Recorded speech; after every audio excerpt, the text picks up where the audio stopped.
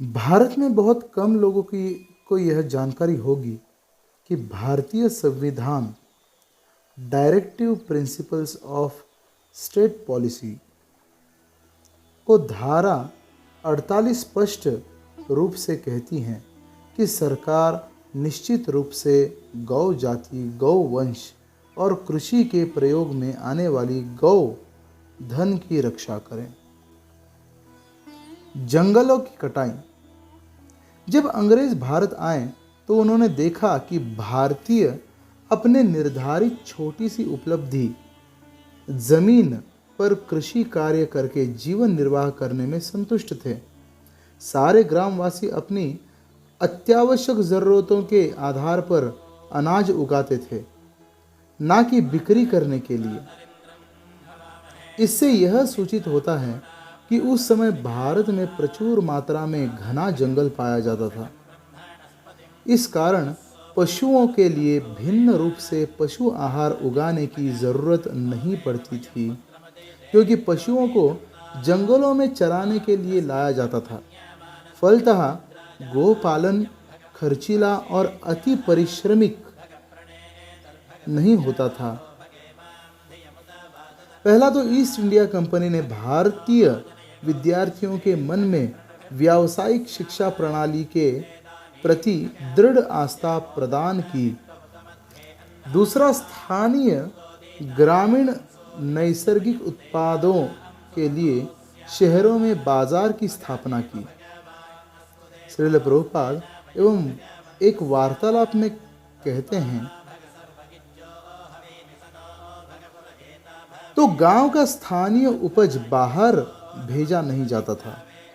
हर वस्तु गांव में बहुत ही सस्ती हुआ करती थी। कारण आपको प्रयोग में लाना है। जो कुछ भी गांव में उत्पन्न होता है उसका व्यवहार केवल आप करते हैं।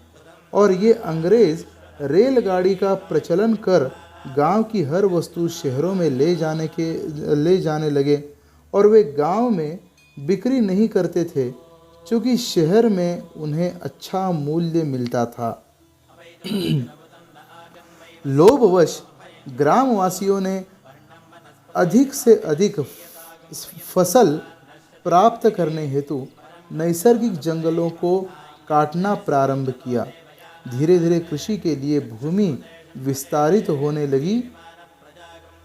दूसरी ओर गौपालन के लिए नैसर्गिक गौचारण भूमि ह्रास होने लगी।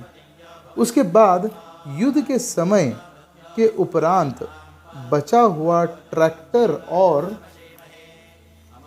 बुलडोजर इत्यादि के साथ 1640 के मध्य में प्राकृतिक कृषि व्यवस्था के अंतर्गत ट्रैक्टर का प्रयोग लाकर यंत्रिकीकरण किया गया।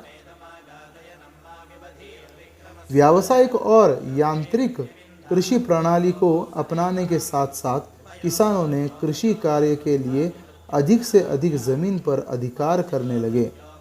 ट्रैक्टर अब बैलों के स्थान पर प्राप्त कर लिया। भारतीयों के भोजन में गाय का दूध की मुख्य भूमिका होती है, तो गौ पालन तथा वर्धन केवल मात्र दूध प्राप्त हेतु ही सीमित रह गया।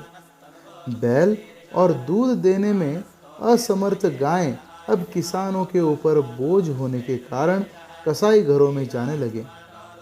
चूँकि पूर्व काल में प्रचुर मात्रा में जंगल हुआ करते थे, किसानों के लिए असमर्थ गौओं तथा बैलों को पालने में कोई परेशानी न थी और भिन्न रूप से उन सब के पीछे धन व्यय करने की ज़रूरत न थी, इसलिए उन सब को पालना आसान था।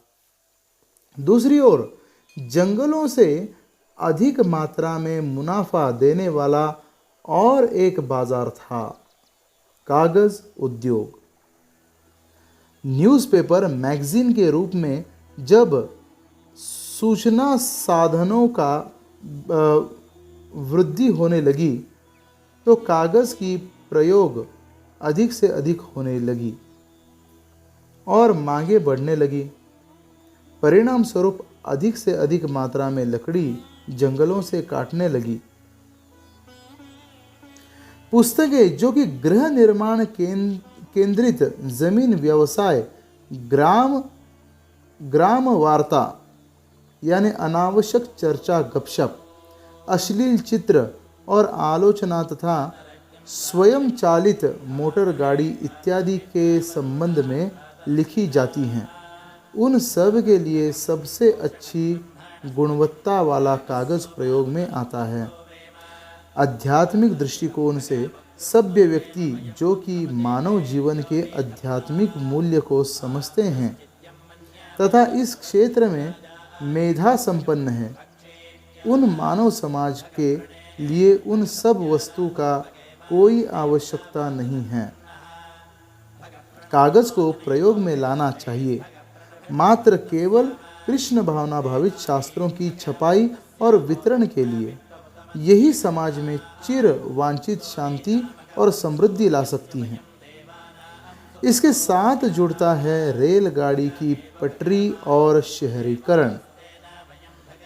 सार रूप में आधुनिक सुख सुविधा में आकर्षित करने वाली शहरी जीवन शैली किस प्रकार जंगल ह्रास के लिए उत्तरदायी है, निम्नलिखित आंकड़ों से हम अनुमान लगा सकते हैं।